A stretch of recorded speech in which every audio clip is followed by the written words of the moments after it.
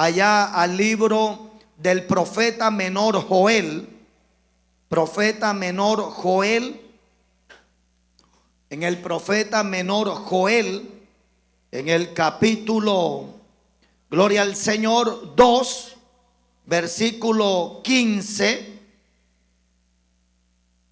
Joel, capítulo 2, versículo 15 al 17. Cuando usted lo tenga, diga un fuerte amén. Gloria al Señor. Dios es fiel. Gloria a Jesús. ¿Ya lo tiene? Vamos a leerlo bajo la bendición del Padre y del Hijo y del Espíritu Santo. La iglesia dice un fuerte.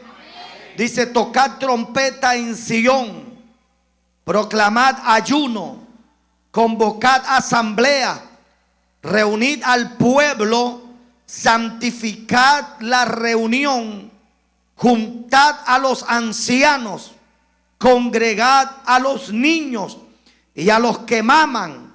Salgan de la cámara el novio y de su tálamo la novia. Entre la entrada y el altar lloren los sacerdotes, ministros de Jehová, y digan: perdona, oh Jehová, a tu pueblo, y no entregues al oprobio tu heredad, para que las naciones se enseñoreen de ella. Porque ¿qué han de decir entre los pueblos?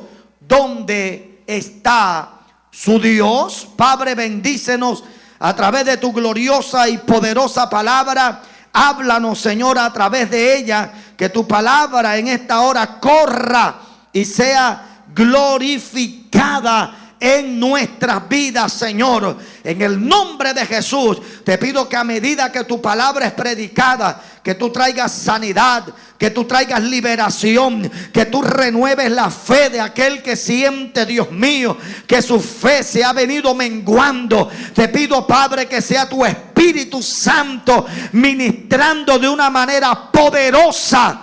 En el nombre de Jesús te damos gracias, Señor. Amén y amén. ¿Cuántos alaban la gloria de Dios, hermanos? Gloria al Señor. Y yo quiero predicar en esta preciosa noche con base en el tema, aleluya, acércate al altar. Acércate al altar. Amén. En el texto que leímos del profeta Joel, Joel es un profeta menor. Y este nombre de Joel significa Jehová es Dios. Dios levanta a Joel en medio de un tiempo difícil, espiritualmente hablando, políticamente hablando. El pueblo de Israel estaba en una condición espiritual bastante decaída. El pueblo se había apartado de Dios. Y por causa de esa situación espiritual, por causa de que Israel se había apartado de Dios y se había entregado al pecado, entonces dice la Biblia que Dios levanta a este hombre llamado Joel, y Dios le dice al pueblo a través de él: mira, por causa de su pecado, por causa de su maldad, por causa de ustedes haberse alejado de Dios, Dios va a enviar un juicio. Y el juicio que el Señor anuncia a través del profeta que va a enviar es el juicio de esa plaga de langostas. Dice: y lo que se comió la oruga se lo va a comer el saltón, y lo que se comió el saltón se lo va a comer el revoltón, y lo que va a dejar el revoltón se lo va a comer la langosta. Gloria al Señor. Y dice que iba a venir una devastación, hermano, sobre la nación de Israel. Y esa devastación, esa plaga de langostas, y muestra, hermano, esa plaga de la langosta, gloria al Señor, y su etapa de metamorfosis, gloria al Señor, muestra de que, hermano, el ataque iba a ser directamente a la agricultura, a la hierba, a los cultivos. Y sabemos que Israel era una nación, hermano, fuerte, y todavía es una nación fuerte en lo que es la agricultura, la siembra. Y ellos vivían de eso, de sembrar higos, de sembrar uva, de sembrar, hermano, la cebada, de sembrar, gloria al Señor, el trigo. Y dice que por causa del pecado, Dios iba a enviar una plaga de langostas. Las langostas son como especie de unos grillos grandes, y que ellos atacan, hermano, y son miles de millones de estos insectos que cuando llegan, hermano, ellos devastan toda la hierba y todo lo que está a su paso. Y eso iba a traer ruina, y eso iba a traer hambre, y eso iba a tener desolación en medio de Israel. Pero Dios le dice: pero si ustedes se arrepienten, si ustedes se vuelven a mí, yo voy a tener misericordia. Porque, hermano, lo primero que nosotros vemos en este libro de Joel es que en Joel nosotros podemos ver, y no solamente en Joel, sino alrededor de las escrituras, es que cuando el hombre se aparta de Dios, cuando el hombre comienza a entregarse al pecado, cuando el hombre comienza a entregarse a la inmundicia, cuando el hombre comienza, hermano, a rebelarse contra Dios, hermano, el pecado, la rebelión trae juicio, trae devastación, trae ruina, trae miseria. Porque cuando el hombre, hermano, se entrega al pecado, cuando el hombre se rebela contra Dios, lo que está diciendo es: yo no quiero nada contigo. Mira, cuando el ser humano le abre las puertas al pecado, cuando el ser humano se aleja y se aparta de Dios, lo que está diciendo con esa actitud es: yo no te necesito ni quiero nada contigo.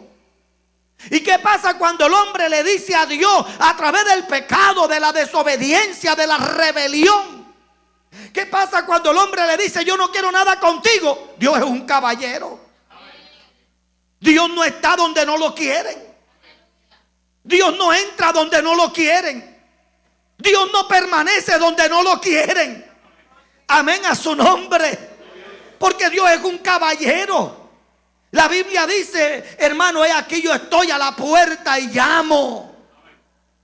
Si alguno oye mi voz y abre, entonces yo entro y yo cenaré con él y él cenará conmigo. Pero si alguno oye y abre, pero si el Señor está a la puerta y llama, y el que está ahí escuchando no quiere abrirle la puerta, pues sencillamente el Señor no va a abrir.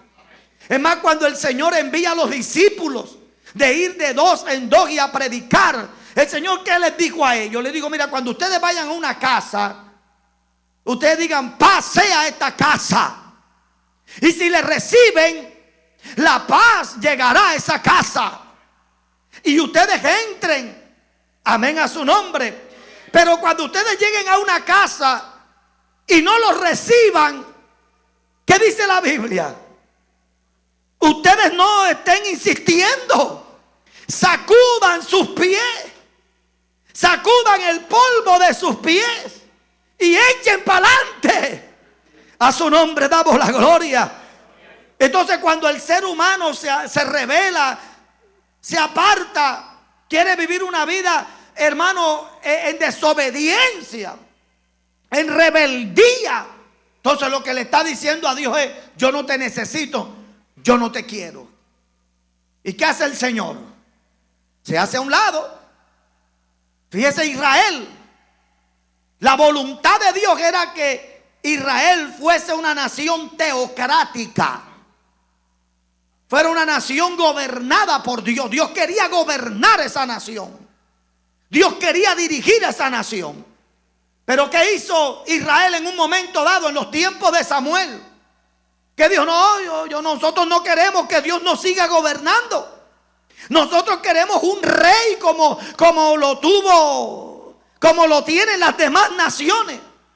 Y dice la Biblia que Samuel le dijo: mira, pero si ustedes buscan un rey, este rey va a tomar a sus doncellas, los van a tomar los jóvenes, los va a llevar a la guerra. Este rey va a tributarle, le va a poner impuestos, le va a poner tributo. Y ellos dijeron, no importa. Entonces Israel le estaba pidiendo a Dios un rey. Le estaba diciendo, nosotros no queremos que tú nos sigas dirigiendo, Samuel. Queremos un rey. Danos un rey. Y Samuel se entristeció en su humanidad y se fue a Dios.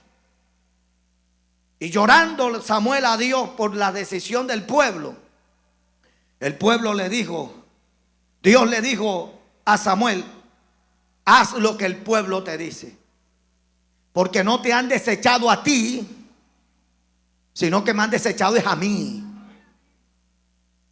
Es a mí el que me han desechado. Y dale un rey, como ellos quieren, pero después que no se quejen, después que no se lamenten a su nombre. Y Dios le dio rey, pero después se estaban quejando. Alabado sea el nombre del Señor. Porque cuando el hombre toma la decisión de darle la espalda a Dios, de hacer lo que quiere, de hacer lo que le da la gana, entonces ¿Dios qué hace? Dios se aparta. Porque Dios no le mendiga amor a nadie. La Biblia dice que sea santo, santifíquese cada día todavía. Pero el que sea impuro, si tú quieres seguir impuro, sea impuro todavía. Amén a su nombre. Dice, si tú quieres vivir una vida de santidad, santifícate cada día, búscame más. Pero si tú no me quieres buscar y tú quieres vivir una vida en desobediencia, en pecado, bueno, avanza. En Eclesiastés el sabio lo dice más, con mayor claridad. Alégrate, joven, en tu corazón y tome placer en los días de tu adolescencia y anda en los deleites de tus ojos y anda en los placeres de tu corazón.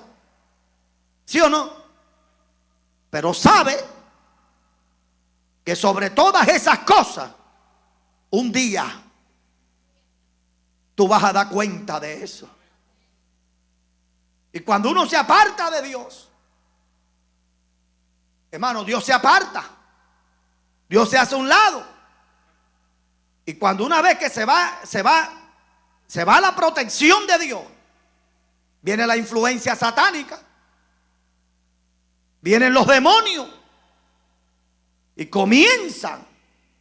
Porque una vez que la persona se aleja de Dios, se aparta de Dios, hermanos, cuando una persona se va alejando de Dios, se va apartando de él, de ella, esa cobertura espiritual. Porque mientras usted está buscando a Dios, hay una cobertura espiritual. Dios te coloca un cerco. Pero cuando la persona le dice a Dios no, entonces ese cerco se quita. Y el enemigo comienza a hacer, hermano. Y los juicios de Dios se hacen sentir. Y en este libro de Joel podemos ver cómo Dios comenzó a enviar juicio. Pero sabemos que hay un Dios de misericordia, que aún en medio del juicio Él se acuerda de la misericordia. Y en este momento, cuando Dios levanta al profeta Joel, Dios le dice, mira, va a pasar algo, que cuando lo escuchen, se les van a retumbar, hermano, los oídos. Ese juicio que iba a venir. Pero que el Señor le dice, pero si ustedes se arrepienten, pero si ustedes se vuelven a mí, si ustedes rasgan su corazón y se humillan, entonces yo voy a restituir lo que se comió la oruga, el saltón, el revoltón y la langosta. Pero el llamado era que el pueblo tenía que volverse a Dios.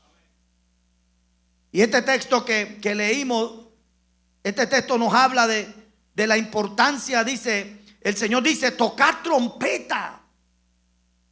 Dice, gloria al Señor, proclamad ayuno.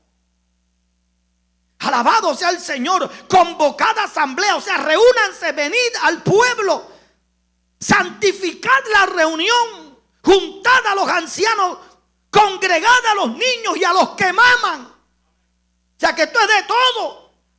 Y dice la Biblia, y los ancianos, gloria al Señor, y los sacerdotes. Es más, dice, alabado sea el Señor, salga de su cámara el novio y de su tálamo la novia. O sea que si están en luna de miel, olvídense de eso. Que hay momentos que hay que olvidarse de eso. Porque hay una hora de hay que buscar a Dios. Y le dice, salga el novio de su cámara y la novia del tálamo. Y vayan y métanse en oración. Y vayan y métanse en ayuno. Y vayan y proclamen. Y dice, y los sacerdotes, vayan al altar y humíllense. O sea que aquí hay un llamado de Dios a una nación para que se volviera, para que se acercaran al altar. El altar en la Biblia, hermanos, representa ese lugar donde el hombre va y se humilla delante del Señor. En la antigüedad, nosotros podemos mirar que los hombres de Dios, hermanos, ellos para poder, hermanos, acercarse a Dios, ellos levantaban altares a Dios, hermanos. Allá en Génesis capítulo 12, verso 7 y verso 8 dice, y apareció Jehová a Abraham y le dijo, a tu descendencia daré esta tierra. Y cuando Dios se le apareció a Abraham, hermano, dice el verso, y edificó allí un altar a Jehová, quien le había aparecido. Y luego se pasó de allí a un monte al oriente de Betel y plantó su tienda, teniendo a Betel al occidente y a Ai al oriente. Y edificó allí altar a Jehová e invocó el nombre de Jehová. O sea, aquí podemos ver a Abraham, hermanos, levantando un altar a Dios para tener, hermano, ese contacto, esa relación con el Señor.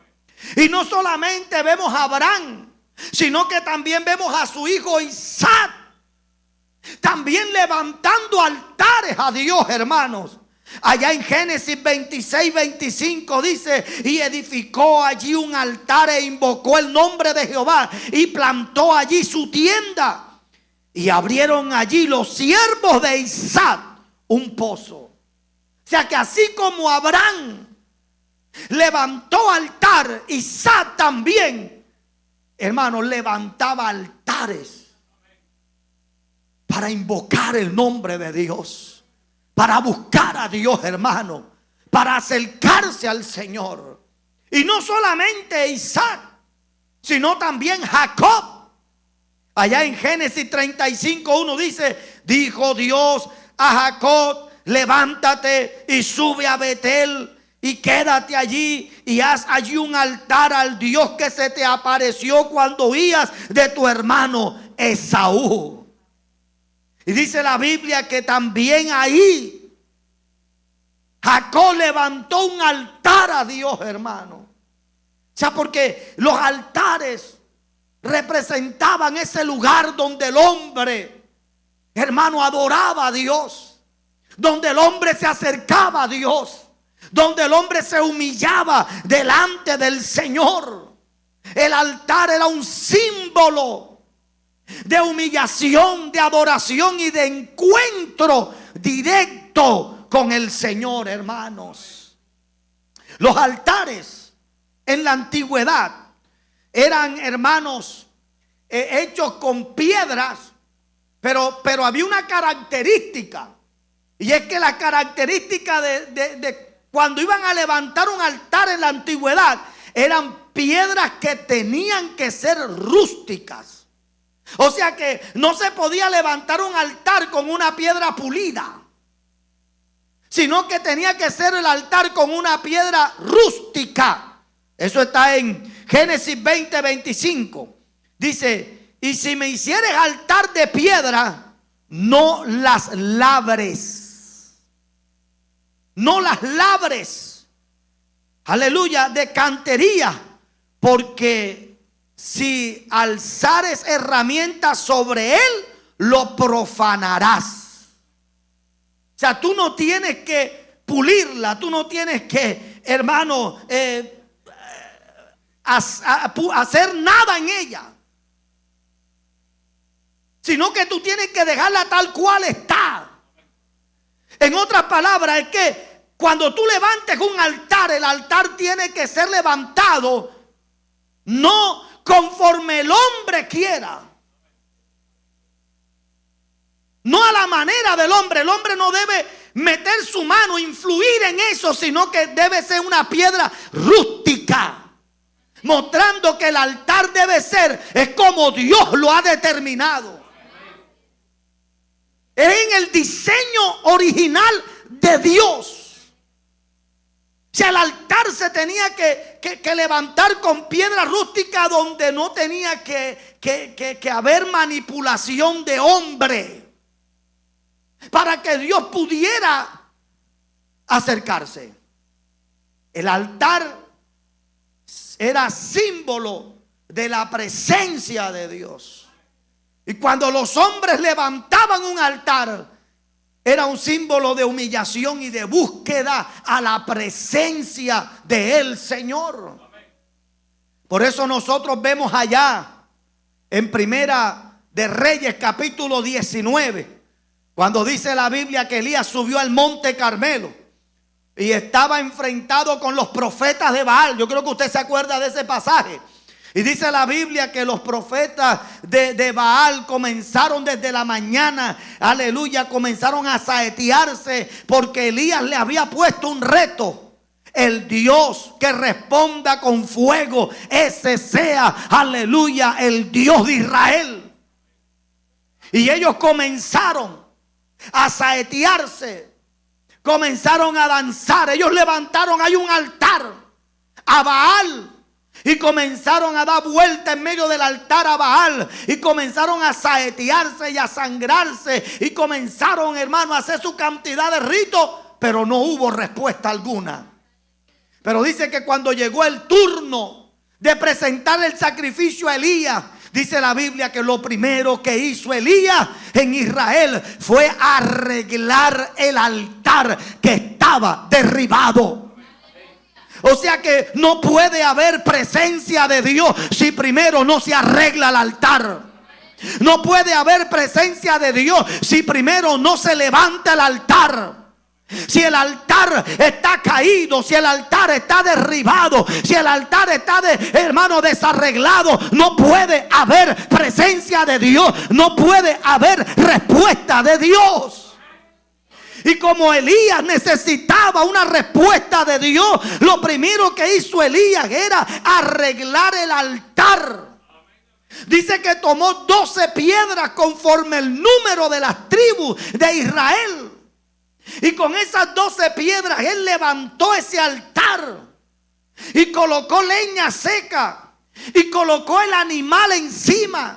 Hizo una zanja y le echó agua, gloria al Señor, aleluya, para que no pensaran que había de pronto un truco o había trampa, sino que Elías quería que Israel y que los profetas supieran que realmente cuando el altar se levanta, cuando el altar se arregla y cuando el hombre, gloria al Señor, con un altar arreglado y levantado, claman a Dios, Jehová responde desde los cielos.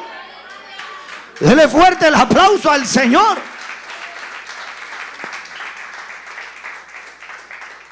Amado, el altar representa, es un símbolo de humillación, de adoración y de búsqueda, de presencia de Dios. Los hombres de Dios, hermanos, cuando iban a acercarse a Dios, cuando querían buscar a Dios, cuando querían consultar a Dios, ellos siempre iban al altar. Ellos siempre se levantaban un altar a Dios y ahí Dios se les revelaba. Ellos ahí se humillaban delante del Señor. Era ese lugar de encuentro, de humillación. Ese lugar donde ellos pedían perdón a Dios. Donde ellos se volvían a Dios, hermanos. Era ese lugar donde el hombre mostraba esa necesidad que tenía para con Dios. Por eso sin altar no había presencia. Sin altar no había gloria. Sin altar no había manifestación de Dios. Por eso la Biblia dice, hermanos, que por causa del pecado, dice que vino Nabucodonosor del norte y descendió y, hermanos, conquistó el reino del sur. Y dice que devastó todo Judá y devastó todo Jerusalén. Y dice que se llevaron cautivo al pueblo para Babilonia. ¿Y qué hizo Nabucodonosor? ¿Qué hizo Babilonia? Destruyó las murallas de Jericó. Quemó las puertas, derribó el altar que había hecho Salomón a Dios. El templo lo derribó. Derribó todo y se llevó todo el oro y todas las piedras preciosas y todo lo que había en Jerusalén y en el reino del sur. Él se lo llevó y quedó Jerusalén devastada, arruinada. ¿Y qué dijo el profeta Jeremías? El profeta Jeremías dijo: arrepiéntanse, vuélvanse a Dios, porque si no del norte vendrán. Pero ellos no se quisieron arrepentir. Pero la profecía que Dios habló a través de Jeremías fue: si no se arrepienten, entonces yo voy a enviar desolación por 70 años. Y por 70 años el pueblo va a estar sin rey, sin sacerdote. Mano, una cosa tremenda. Y dice la Biblia que se cumplió la palabra del profeta Jeremías. Y fueron llevados cautivos. Pero después de esos 70 años, dice la Biblia que Dios despierta el espíritu del rey Ciro. Y dice que comienza el rey Ciro a dejar a que el pueblo de Israel se vaya a su tierra. Y permitió en su primer, hermano, el primer grupo, se fue Zorobabel y Josué, el sumo sacerdote, hijo de Josadat. Y dice la Biblia que la encomienda de Dios para ellos, cuando llegó Zorobabel y Josué, y ese primer grupo, cuando llegaron, vieron la ciudad devastada. Pero vieron, hermanos, que la ciudad no tenía templo. Vieron que no había altar. Y sin altar y sin templo no había presencia de Dios. Y sin altar y sin templo no había gloria de Dios. Y sin altar y sin templo no había comunión con Dios. Y sin altar y sin templo no podía, hermano, la manifestación de Dios, aleluya, estar en medio de ellos. Y por eso dice la Biblia en el libro de Esdras que lo primero que ellos hicieron fue que levantaron un altar a Dios, hermano. Antes del templo, lo primero que ellos levantaron fue un altar a Dios, hermano. Porque sin altar, dile al que está a tu lado, no hay presencia de Dios, no hay gloria de Dios, no hay manifestación de Dios. Alabado sea el Señor. Ahora, hoy, en la iglesia, al igual que en la antigüedad, los hombres de Dios que levantaban altares de piedra, hoy nosotros como iglesia también necesitamos levantar un altar a nuestro Dios. Pero ya nuestro altar no es un altar de piedra. Alabado sea Dios. Porque el altar hoy es ese lugar, es ese rincón, es ese espacio donde tú te postras, donde tú te arrodillas, donde tú vas a Dios humillado. Y esa habitación y ese rincón en la casa, o ese espacio donde tú te humillas y lloras y te postras delante de Dios, eso se ha convertido hoy en ese altar. Ese altar, hermano, es esto que está aquí en la iglesia, donde usted debe venir y debe humillarse delante de Dios. Debe buscar a Dios, hermano. Debemos humillarnos delante del Señor. Porque sin altar, sin presencia, sin comunión, sin humillación, sin lágrimas, no hay presencia de Dios, no hay manifestación de Dios y no hay gloria de Dios, hermano. Y hoy hay cristianos que quieren la manifestación de Dios, pero no hay un altar. Tienen el altar derribado. No han levantado un altar en su casa. No han levantado un altar. No oran, hermano. Parece extraño y parece mentira hoy escuchar o hoy decir que hay cristianos que no oran, que hay cristianos que no tienen un altar. Entonces, ¿qué clase de cristiano es? Porque no se puede tener una vida con Dios si no hay un altar levantado. No podemos llamar cristianos, no nos podemos llamar hijos de Dios cuando nosotros no hemos, aleluya, aprendido a ir a Dios en humillación, con lágrimas, con ruego.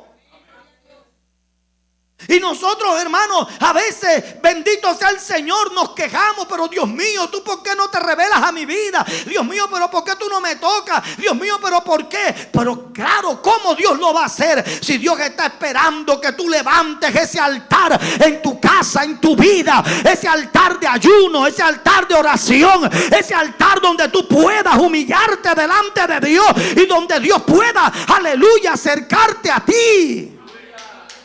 Denle un fuerte aplauso al Señor. A su nombre, hermanos. A su nombre. Sí, ¿cómo yo puedo vivir una vida victoriosa en Cristo si yo no tengo relación con Dios? Si yo no tengo contacto con Dios.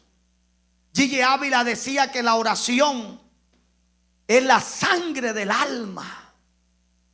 O sea, que un cristiano que no ora está muerto espiritualmente. Y esto es triste decirlo, pero es una realidad. Hoy vivimos en un tiempo donde hay una cantidad de cristianos secos espiritualmente. Amén, a su nombre. Dominados por la carne. Dominado por los impulsos, por los apetitos de la carne, por los pensamientos, por esa naturaleza pecaminosa y por una cantidad de cosas. ¿Pero por qué? Porque no tienen un altar encendido, un altar levantado, gloria a Dios. Mira, cuando un cristiano está en la presencia de Dios, cuando un cristiano tiene su altar arreglado, cuando un cristiano tiene contacto con Dios, el evangelio no es difícil para ese. El evangelio no es una carga. El evangelio no es un problema. El mundo no es un problema. Las tentaciones, los apetitos de la carne no es un problema. ¿Tú sabes por qué? Porque tú tienes contacto directo con Dios. Y cuando tú tienes contacto directo con Dios, el mundo no tiene sentido. Las pasiones no tienen sentido. A su nombre damos la gloria a Dios, hermano. Yo hablaba en estos días que estaba el pastor Pablo por acá. Y yo hablaba del enfoque de la mente. La mente tiene la capacidad de enfocarse. Y por eso cuando una persona está enfocada en algo, lo que ve por todos lados es eso. ¿Cierto que sí? Ese enfoque de la mente. Si una persona, gloria al Señor. Yo me acuerdo cuando la pastora me dijo, amor, mira, estoy embarazada. Y la pastora estaba embarazada. Mira, yo lo que veía era mujer embarazada por todos lados. Sí, porque la mente se enfoca en eso. Entonces uno lo que ve por todos lados es embarazo, embarazo, embarazo, embarazo y embarazo. Gloria a Dios. Sí, hermano. Porque la mente se enfoca a su nombre. Y la mente no está pendiente a donde usted no está enfocado. Porque donde está tu tesoro, ahí está tu corazón. ¿Sí o no? Y la gente se enfoca donde pone su tesoro, donde está enfocado, lo que le gusta, lo que ama. Lo que ama, lo que le gusta. La gente se enfoca ahí. Bendito sea el nombre del Señor. Entonces, alabado sea el Señor. Y yo hablaba con el pastor y decíamos eso. De que a veces uno está en un lugar y hay una música vallenata, una música champeta, una música salsa, lo que sea. Pero como la mente de uno no está en eso. Como uno no anda, su mente no está ni en el vallenato, ni en la champeta, ni en la salsa. Hermano, uno no está en eso y uno no le presta atención a eso. Porque uno no está en eso. Pero la gente que no puede escucharme de un vallenato porque ya se quiere desbaratar por dentro, es porque todavía está en eso. Porque está enfocado en eso. Pero cuando tú estás enfocado en Dios, cuando tú no estás enfocado en el mundo, mira, el mundo a ti, él pierde todo atractivo, el mundo para ti. Cuando usted se enfoca en Dios, cuando yo me enfoco en el Señor, y usted se concentra en Dios y usted se rinde a Dios y usted vive para agradar a Dios, usted no le interesa más nada sino es lo de Dios. Y usted vive para Dios. Y el que se enfoca en Dios y el que vive para Dios, hermano, el evangelio para ese es una bendición. Es un deleite. No es una carga. Pero el que no está enfocado en Dios, que no ora, el que no ayuna, ¿sí o no? El que viene a la iglesia por cumplir, el que viene a la iglesia ya porque ya por costumbre. Bueno, yo voy para la iglesia porque y entra y sale igualito, entra y sale igualita, porque no se mete con Dios, porque no busca a Dios. Entonces ese usted lo ve con la lucha, que el pensamiento, con la lucha, que el sueño no sé qué, con la lucha, que el mundo, que el baile, que con la lucha, que la ropa, que con la lucha. Oye, porque usted no se ha enfocado en Dios, levante su altar. El que tiene su altar levantado. Por eso este mensaje, ¿cómo se llama? No, acércate al altar. Hay que acercarte al altar, porque entre más lejos estemos del altar, es peor. Es peor. ¿Sí o no, mi hermano? Y como dijo Carlos también, hay que levantarlo. Hay que acercarse al altar de Dios. Hay que venir a Dios, hermano. Cuando yo digo que hay que acercarse al altar, lo que yo estoy diciendo es que hay que acercarse a Dios, hermano. No podemos seguir viviendo un evangelio sin presencia de Dios, sin búsqueda de Dios, hermano. Alabado sea el nombre del Señor. No podemos vivir sin Dios, y menos en este tiempo. Estamos viviendo tiempos malos. Estamos viviendo tiempos peligrosos, donde el enemigo no está dando, hermano, no está perdiendo el tiempo. Donde el enemigo lo que está buscando es una oportunidad. ¿Para qué? Para dar una estocada final. Usted no sabe la cantidad de gente que el diablo está destruyendo allá afuera. Usted no sabe la cantidad de cristianos que se descuidaron. Gente que un día estuvo en la iglesia. Gente que un día sintió a Dios. Gente que un día alabó a Dios y sirvió a Dios, pero que se descuidaron, pero que se apartaron y se alejaron del altar, de esa presencia de Dios, de ese lugar de comunión. Y la desgracia de un cristiano comienza cuando ese cristiano, hermano, comienza, y perdone la redundancia, a alejarse del altar. Porque aunque usted no lo crea, hay gente en la iglesia que ya está apartada. El problema es que todavía no se ha manifestado, pero ya están apartados. Todavía vienen con la Biblia. Todavía se ponen camisa y corbata, falda, blusa y vestido. Pero ya están apartados. Porque no tienen una vida con Dios. Y el que no tiene una vida con Dios está apartado. Aunque venga a la iglesia. Aunque cante coro. Aunque hable en lengua en el culto y dance, está apartado. Porque el evangelio no se trata de cantarse coritos en la iglesia.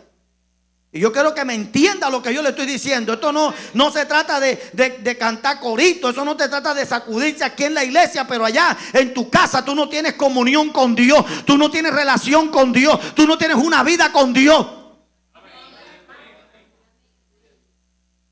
Hay gente que está apartada en medio de la iglesia. Porque, hermano, es que esto es un proceso.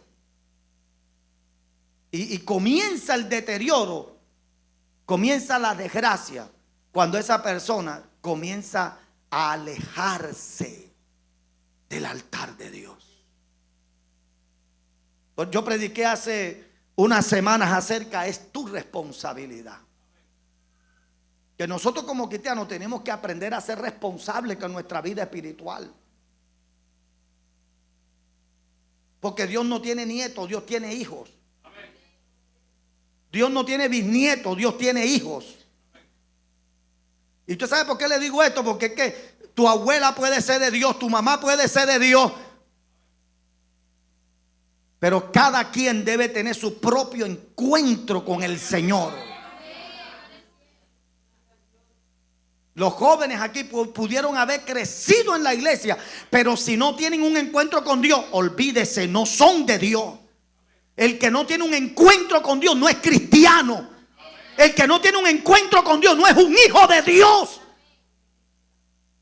Porque para ser hijo de Dios hay que tener un encuentro directo y personal con el Señor. Porque esto no se trata solamente de venir a la iglesia, de tener amistades en la iglesia. No. Esto se trata de que cada cristiano, cada persona debe acercarse a Dios de manera personal y debe tener un encuentro con Dios. Oh, gloria a Dios, hermano. Por eso es que hay que acercarse a Dios. ¿Usted me está entendiendo, hermano? Mis hijos pueden ser hijos míos. Ellos pudieron haber nacido en el evangelio, pero ellos tienen que tener un encuentro con Dios. Porque es que por ser hijos de pastores van para el cielo. No, señor. Ellos tienen que tener su encuentro con Dios. Y todo cristiano debe tener su encuentro con Dios. Y debe haber una responsabilidad. Yo no busco a Dios porque mi mamá. Es que yo estoy frío porque mi papá. Es que yo estoy así porque el hermano de la iglesia, es porque la hermana de la iglesia. No. Tú tienes que tener una responsabilidad, que es tu vida espiritual, que es tu vida con Dios. A su nombre damos la gloria. Es que tú tienes que tener una responsabilidad de que de salvaguardar tu comunión con Dios. Yo me voy a meter con Dios, yo voy a orar.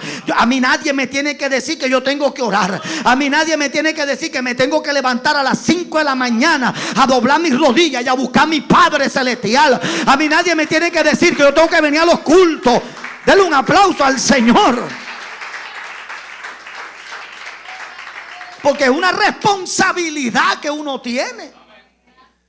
Uno tiene que acercarse al altar, hermano. Uno no puede permitir que el altar se vaya agrietando, que el altar se vaya, hermano, desarmando, que el altar se vaya deshaciendo.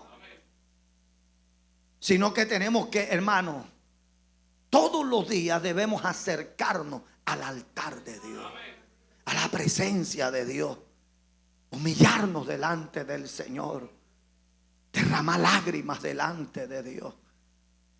Yo siempre he dicho, déjese de estar llorándole a los hombres. Un cristiano no es digno de lástima. Usted tiene un problema, usted tiene una necesidad, usted tiene una adversidad, usted está pasando. Déjese de estar llorándole a quien no tiene que llorar. Llórele a Dios, derrámale lágrimas, pero a Dios. Que a ese que hay que derramarle lágrimas. Es a ese.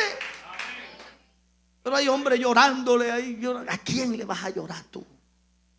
Llórale a Dios. Humíllate delante de Dios para que tú veas.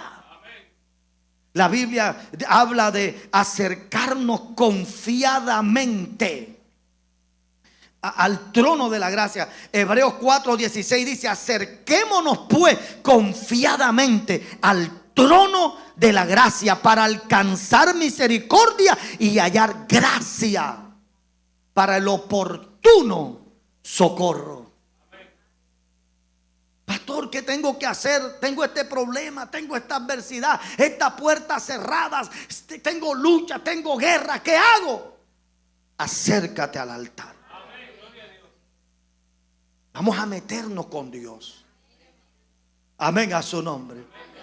Vamos a humillarnos delante de Dios. Vamos a llorarle a Dios, hermano.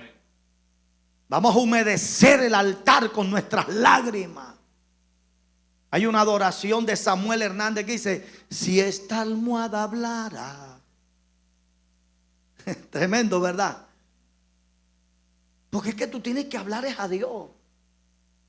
Y Jesús lo dijo: mira, cuando tú ores, entra en tu aposento, cierra la puerta y ora a tu Padre. Y tu Padre, que te va a ver y que te va a oír en los secretos, Él te va a recompensar en público. Tenemos que buscar a Dios en este tiempo, hermano. Hay mucha carnalidad en este tiempo. ¿Sí o no, hermano? Mucha carne en este tiempo, hermano. Y dice la Biblia que carne y sangre no entrarán al reino de los cielos. Hay que ser espirituales, hermano.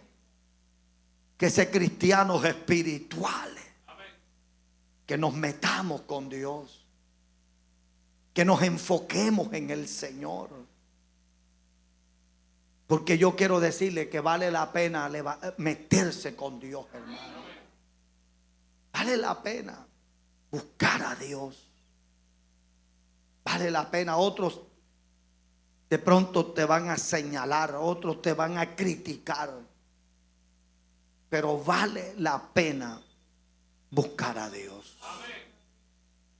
Si hay algo que yo he aprendido es que si en esta vida vale la pena algo, es, hermano, buscar al Señor. Es orar. Orar, orar, orar y seguir orando. Que ahí es donde, en el altar de Dios, en la presencia de Dios, es donde los cristianos pelean sus batallas. Y ahí es donde se obtienen las más grandes victorias. ¿Dónde se obtienen las más grandes victorias? De rodillas. Usted ve hoy cristianos peleando, hermano. Usted ve cristianos hoy peleando en las redes sociales. Dime que yo te digo, dime que yo te digo, dime que yo te digo. Y usted los ve, hijo del diablo, endemoniado, demonio, tú no sé qué. Oye, una cosa loca. Y se ofenden y se hieren. Que yo no te hablo. Que tú me caes gordo. Que tú me caes flaco. Y usted ve una cantidad de cosas que se ven hoy, hermano. Donde el Espíritu de Dios debe estar contristado. ¿Sí o no? Contristado. Porque Dios no murió por eso, para eso. ¿Usted cree que Dios se despojó de su gloria? Se hizo hombre y sufrió en la cruz y tomó nuestro lugar y derramó hasta la última gota de sangre para vernos a nosotros como cristianos así. No, Dios no murió por eso. Tenemos que acercarnos a Dios, orar, ayunar. Gloria a Dios. Cada día tener una vida consagrada a Dios. Cada día apartarse de lo que no es de Dios, hermano. Y usted no se desenfoque, porque el diablo va a querer desenfocarte. Usted no se distraiga. Si otros se desenfocan, usted no lo haga. Si otros están distraídos, usted no lo haga. Sigue buscando a Dios. Sigue metiéndote con Dios. Pedro dice, primera de Pedro capítulo 5 dice: humillaos pues bajo la poderosa mano de Dios, y Él te exaltará cuando fuere tiempo. Usted no se ponga con los otros. No, usted dedíquese a Dios. Mire, Coré, y ya con esto quiero ir terminando. Coré se levantó contra Moisés. ¿Sí o no? ¿Acaso solamente Dios habla a través de Moisés? ¿Acaso nosotros también no somos profetas? Y se levantó. Y siempre el rebelde, cierto que sí, se lleva a otros rebeldes más. Y dice que 200 siguieron a Coré. Mira, si eso pasó hasta en el cielo. Se rebeló Satanás y una tercera parte de los ángeles del cielo se fueron detrás de Satanás. Mira eso. Y con Coré, unos 200 se fueron detrás de Coré. Pero Moisés, usted no ve a Moisés peleando con Coré.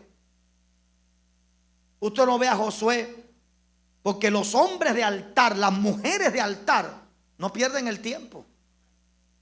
Ellos saben en lo que están. Cuando usted lee el texto, dice la Biblia que cuando Coré le dijo eso a Moisés, lo único que hizo Moisés fue ir a Dios. Dice, y se postró Moisés a Dios y oró. Y después que oró, se levantó Moisés y dijo: ¿sabe una cosa, Coré? Cada uno ponga su vara ahí cerca al tabernáculo, y la vara que mañana reverdezca, a ese ha escogido Jehová, a ese ha llamado Dios. Y Moisés tomó la vara de Aarón y la puso ahí. Al día siguiente, la vara seca de Aarón había reverdecido. Y no solamente reverdeció, sino que dio fruto.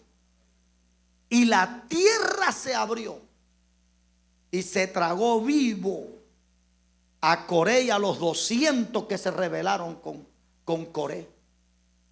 Y Moisés no peleó, porque los hombres y las mujeres de altar no pierden el tiempo peleando, ni discutiendo, ni desenfocado. Ellos están en Dios. Y usted, hoy Dios nos está haciendo un llamado a todos.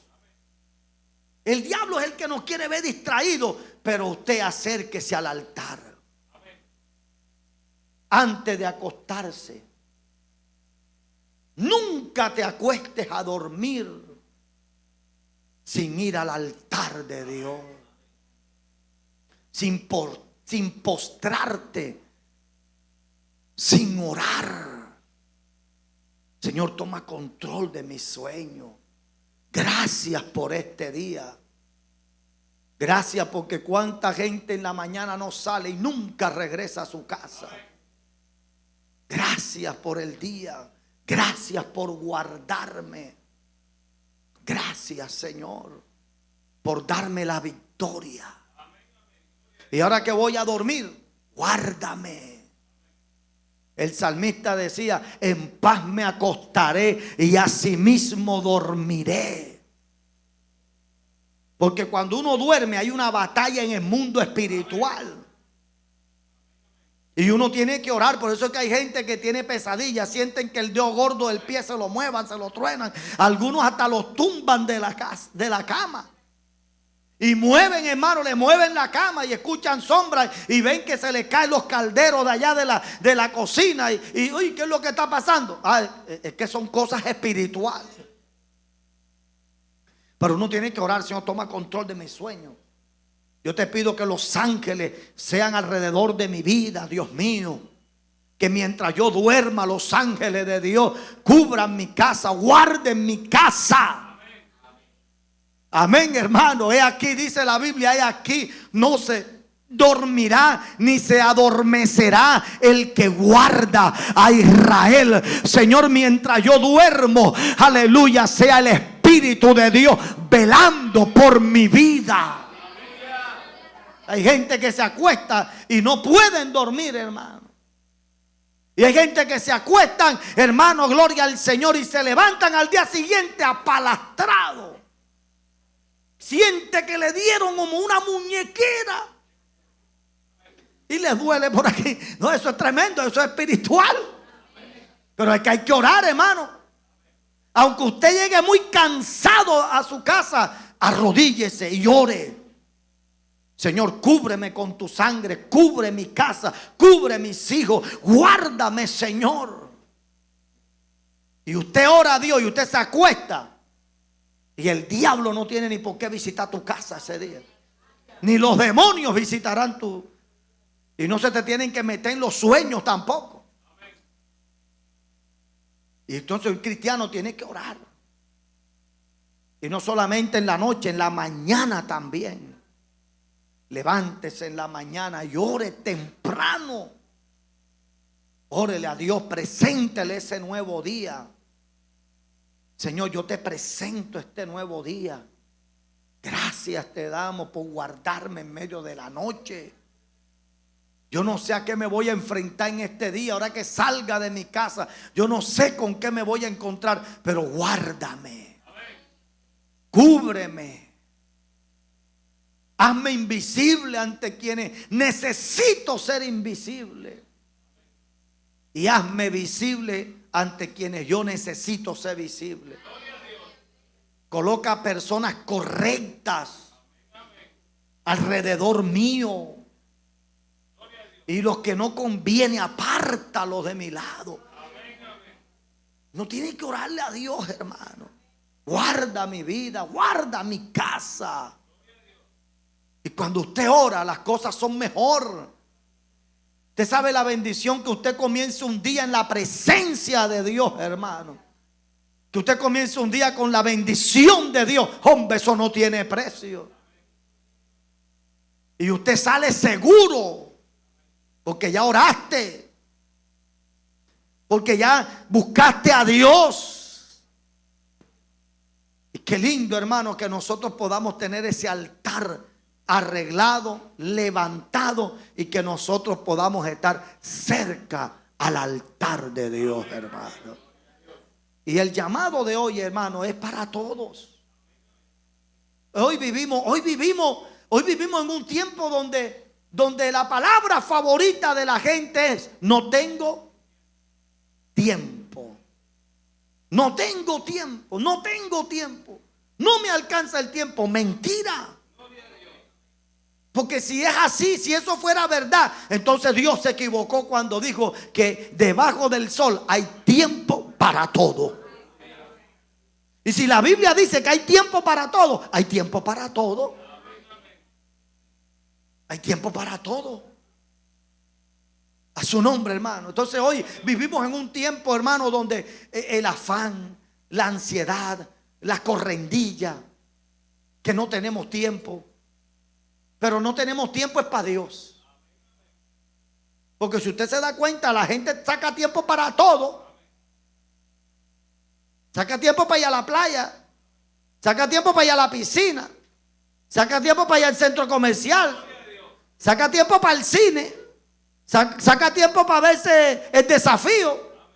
Saca tiempo para verse la voz esa de yo soy o yo me llamo. Saca tiempo para verse Netflix. Saca tiempo para YouTube. Pero para Dios nunca tiene tiempo. Para Dios no tienes tiempo. No. Es que no has puesto a Dios como tu prioridad. Pues uno tiene que acercarse al altar. Y en este tiempo más. Y yo creo que Dios siempre apresura su palabra.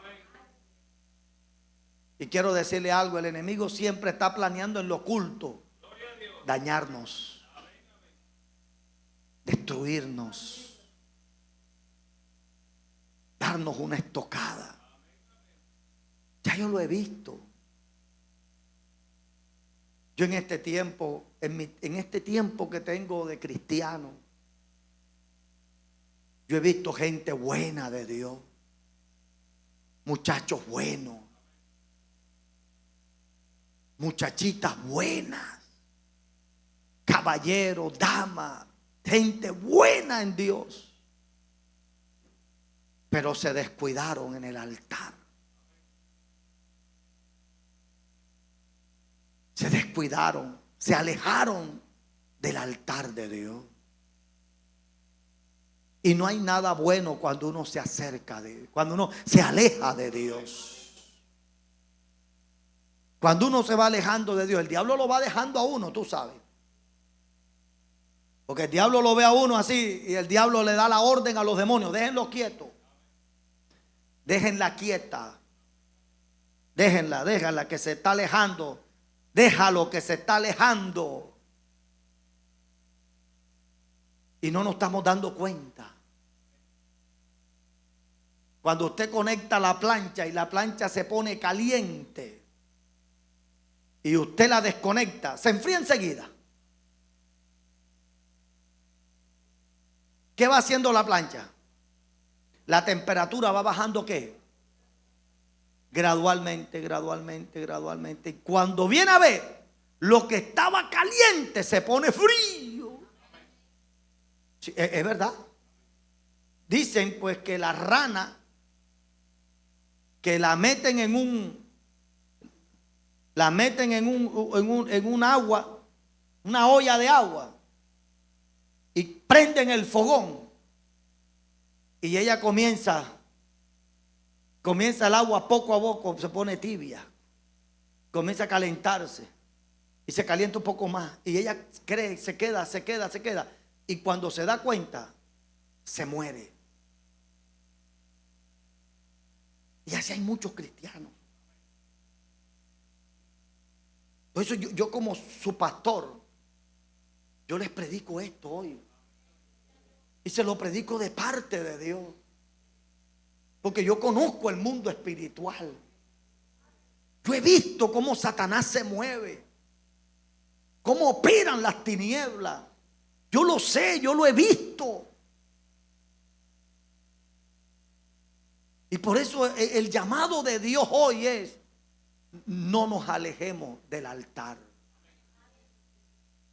Y si nos hemos venido alejando, vamos a acercarnos.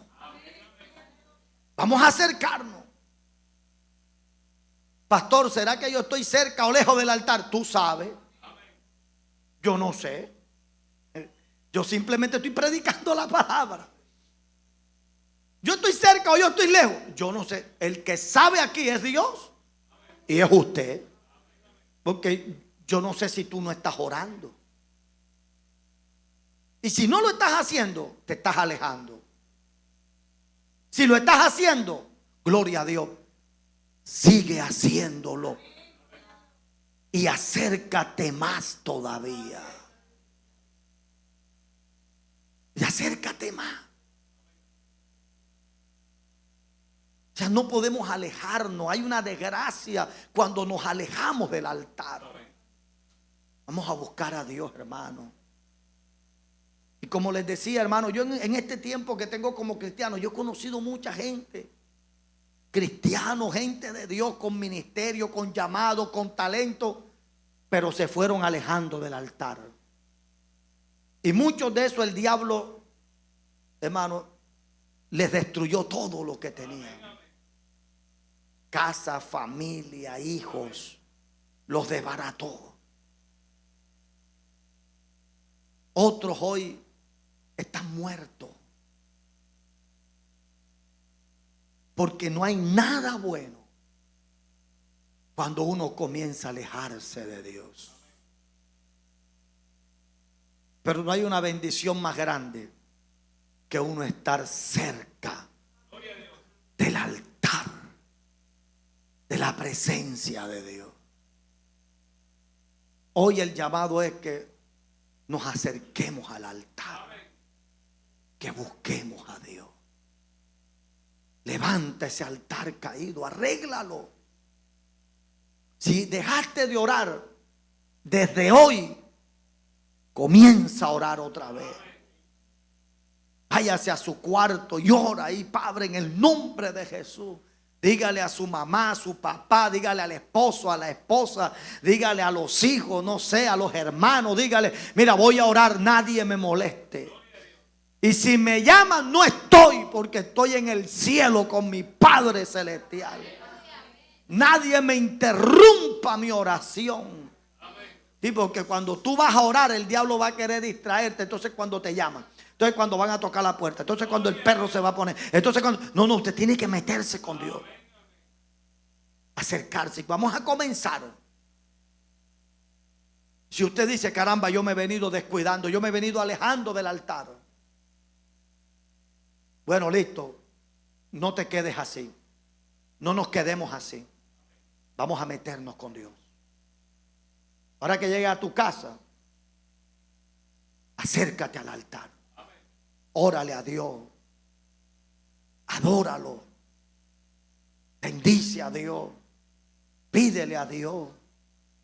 Y tenemos que estar dejando de estar pidiendo, porque hermano, a veces las oraciones se hacen monótonas. Tú no necesitas plata. Tú no necesitas, hermano, carro. Tú no necesitas, hermano, ropa. Tú lo que necesitas, yo lo que necesito es la gloria de Dios. Yo lo que necesito es la presencia de Dios. Yo lo que necesito es a Dios. Porque hay gente que se van a orar y lo que piden es: dame yuca, dame ñame, dame plátano, dame queso, dame esto, dame aquello, dame esto. Y todo es material. Y todo, no. La Biblia dice: busca primeramente el reino de Dios y su justicia, y lo demás vendrá por añadidura. Señor, lléname de tu presencia, dame de tu gracia, dame de tu espíritu. Yo necesito de ti, Señor. Yo necesito que tú me revistas de esa unción, que tú me des de tu poder, que tú me des yo quiero más de ti, Señor. Más de ti, menos de mí, Señor. Más de ti, menos de mí, Señor. Dame de tu presencia. Dios mío, enséñame a amarte a ti más, que yo pueda amarte más a ti, que yo pueda sentirte. Dios mío, yo quiero escucharte. Dale fuerte el aplauso. Y cuando tú le pides a Dios, y cuando tú le pides de Él, Señor, yo quiero es de ti, lo demás viene por añadidura. Y comienzan las puertas a abrirse que ni siquiera tú has tocado. Y las bendiciones comienzan a llegar a ti. ¿Pero por qué? Porque tú estás acercándote a Dios. Porque tú le estás buscando a Él. Amén a su nombre. Señor, dame sabiduría. Dame sabiduría. Dame discernimiento espiritual. Dame pasión por ti, Señor. Pasión por tu presencia. Aleluya. Pasión por ti, Señor. Y cuando usted comienza a buscar a Dios, Dios comienza a abrirte puertas. Dios te comienza a poner en gracia. Dios comienza a posicionarte donde tú menos te imaginas. Porque es que a veces se nos ha olvidado que no somos nosotros, es Dios en nosotros. Entonces el llamado de hoy a todos, desde el pastor hacia abajo, es que nos acerquemos más al altar. Vamos a buscar más a Dios. En la noche, en la madrugada, en la tarde, al mediodía.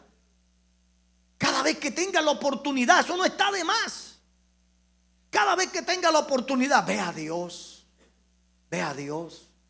Mientras vas en el Transmilenio, ve a Dios.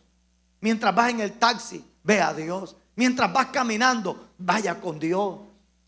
En tu casa, en el trabajo, ahí con Dios. Para que tú veas, damos la gloria al Señor. Aleluya. Si nos hemos venido alejando del altar, vamos a acercarnos. Y si estás cerca, no te alejes. Acércate más. Que ahí es que hay salvación. En el altar es que hay salvación. Y eso lo sabía un hombre llamado Joab. En los tiempos de Salomón, Joab se había rebelado contra David y había apoyado al hijo Adonías para rebelarse contra. Y David, antes de morir, le dijo a Salomón: mira, sé hombre y haz esto y aquello. Y le dijo: pero para que tu trono sea firme, no te olvides de estos que se rebelaron contra mí. Y comenzó a decirle. Y entre uno de los dijo que se cuidara. Y dijo: mira, ojo con Joab. Y Joab, cuando se vio en peligro, ¿tú sabes qué hizo Joab? Dice que se fue al templo y se metió en el altar y se asió de los cuernos. Dice: ¿cómo? De aquí. Él sabía que en el altar había algo tremendo, hermano. Pero Salomón dijo: no, a ese yo lo mato ahí porque cree que se va a secar solamente. Pero él se acercó porque él sabía que en el altar hay protección, hay seguridad. Mientras usted esté cerca al altar, los miedos se te van a desaparecer.